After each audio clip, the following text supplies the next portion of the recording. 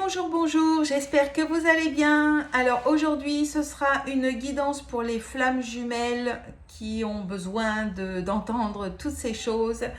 Alors là, on me parle de cadeaux, de récompenses, de beaucoup mieux, d'une nouvelle période toute neuve qui arrive. Parce que vous avez travaillé sur des mémoires transgénérationnelles en lien avec les trahisons.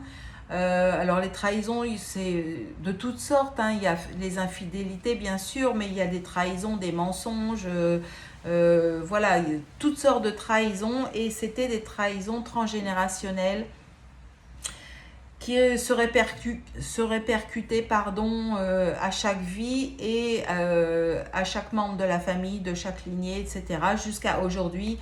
Et c'était pour que ce soit libéré et pour que nos ancêtres puissent être en paix tout simplement et monter et transiter sur des plans supérieurs.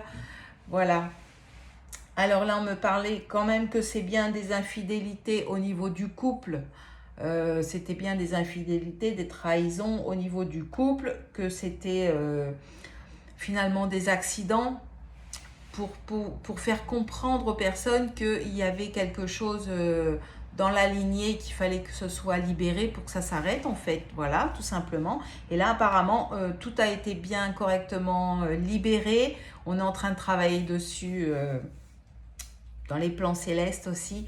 Et on est en train de libérer tout ça. Et au printemps, encore au printemps, pour les flammes jumelles, ce sera une nouvelle période de pureté et propice vraiment à l'amour sans cette blessure de trahison qui est vraiment très profonde chez les flammes jumelles. Et pour cause, hein, parce que bien sûr, quand on est flamme jumelle, bien souvent, on est dans une famille où il y a des tas de trahisons, mais de toutes sortes, et que nous, en tant que flammes jumelles, on est là pour libérer tout ça, justement, pour que ça s'arrête et que nos descendants et futurs descendants n'aient pas à vivre ce genre de choses et pour que nos ancêtres soient libérés aussi, bien sûr. Hein. Voilà. Et seulement, on me parle aussi d'une clé, une nouvelle clé pour vous, pour encore plus de libération et pour ressentir encore plus votre liberté, même si on est tous libres, bien sûr. Mais il faut écouter notre intuition, nos souhaits, en fait, ce que notre âme nous dicte, ce qu'elle aimerait faire et où elle aimerait être, par exemple. Et là, beaucoup de flammes jumelles sont appelées à déménager à l'étranger parce que ça fait partie de notre chemin, voilà, de ne pas rester stable toute notre vie au même endroit.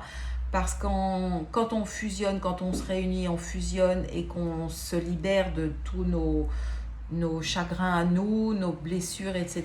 et nos traumas, en voyageant partout, en fait, rien que par notre présence, on émane l'amour et la pureté, la paix, l'espoir. Et du coup, ça guérit sur notre chemin les personnes qui en ont besoin. Ça leur fait prendre des prises de conscience.